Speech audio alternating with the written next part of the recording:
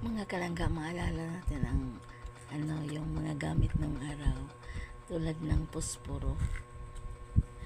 Yung ganito, posporo. Kasi noong araw, ang uso noong araw, yung hindi lahat na makabili kasi ng posporo. So, ang uso noong araw ay manghingi ng apoy sa kapitbahay. Kung halimbawa na yung halimbawa tapos na sila magsaing, tapos nawala na yung apoy, bigyan sila ng posporo.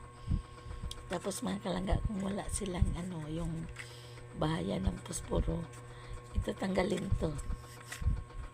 Ito, hatiin ito at saka tanggalin, ibigay sa kapitbahay para pagdating sa kanila makasindi na sila ng posporo.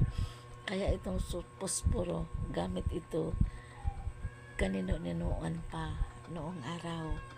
So ito, bihira na lang gumamit nito ngayon kasi high-tech na ang mga gamit. Kaya maalala natin ang noong araw ay gamit itong posporo.